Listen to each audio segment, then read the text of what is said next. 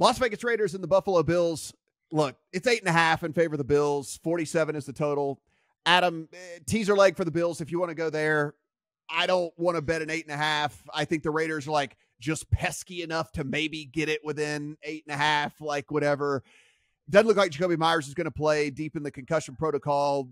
Devontae Adams sat out a couple of practices, but I'm assuming that's to like keep him in bubble wrap because they knew Jacoby Myers wasn't going to play in this game. And so it's no real opinion on that. Buffalo teaser leg seems fine with me, but that would be literally the only angle for me whatsoever. I actually would not play that teaser leg with Buffalo. And this, I'm going to go back to what I talked about last week on pod, where I said, what am I missing with Buffalo?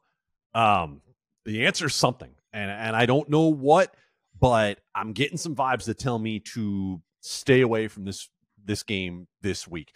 Now, vibes are not something that we bet on, so let me give you a little bit of context to go with that.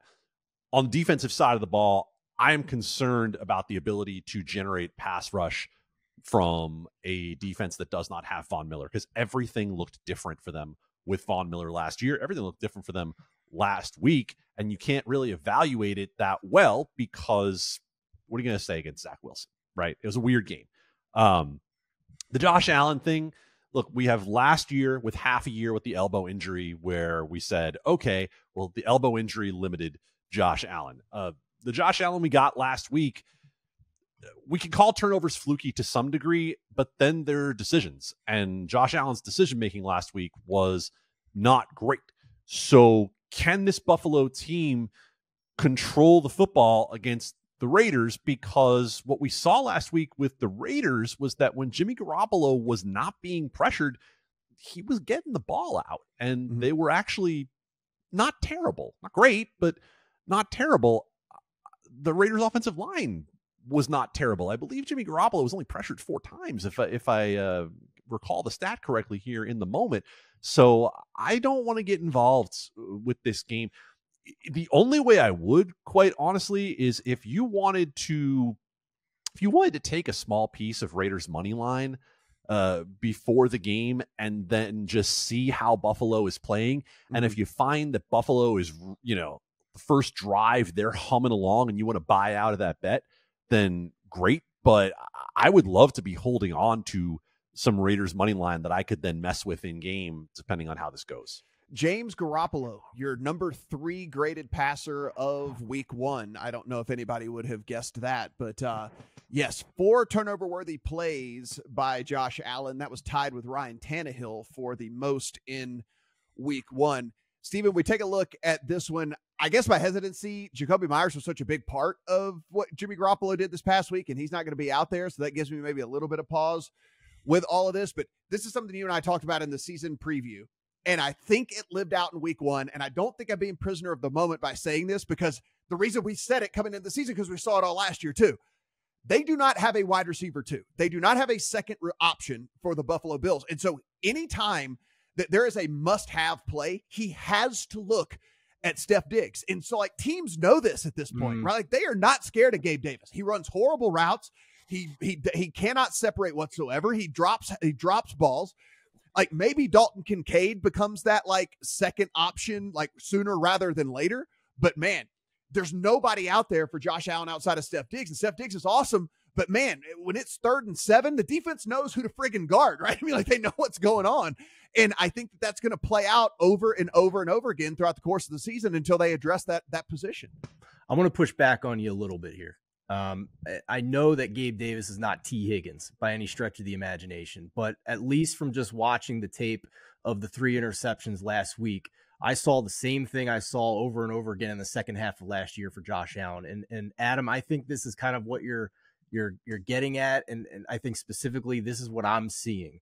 It's that Josh Allen, for whatever reason, continues to be stubborn and undisciplined in the scheme and taking unnecessary risky shots into double coverage, into too high looks.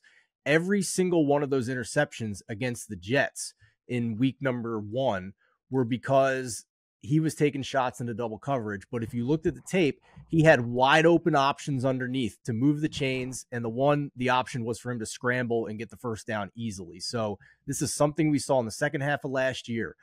from week 9 on a year ago, he was bottom 5 in the league in expected completion percentage because he had one of the highest ADOTs in the league. Too many shots, unnecessary shots downfield, where even though we don't believe in the talent necessarily of a Gabe Davis or their wide receiver 3, they are actually getting open because they're being schemed open. So I just think it's as simple as Josh Allen needs to be more disciplined and take what the defense gives him, because on every single one of those interceptions on Monday Night Football, something was available for him wide open, either to move the chains or to get a lot of yards after catch as well. So, you know me, Matt, I fire from the hip. So I just think the Buffalo roster is still much more talented than Vegas. So I took the teaser, but go ahead, Adam, just your thoughts on my observations there from what I've seen from Josh Allen.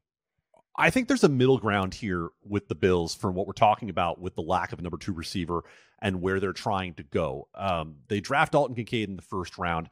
Last year, the Bills were not a 12 personnel team, right? They were not a 2 tight end team very often. They ran the most 12 in the league last week, right? They had 2 tight ends on the field with 1 running back the most in the league.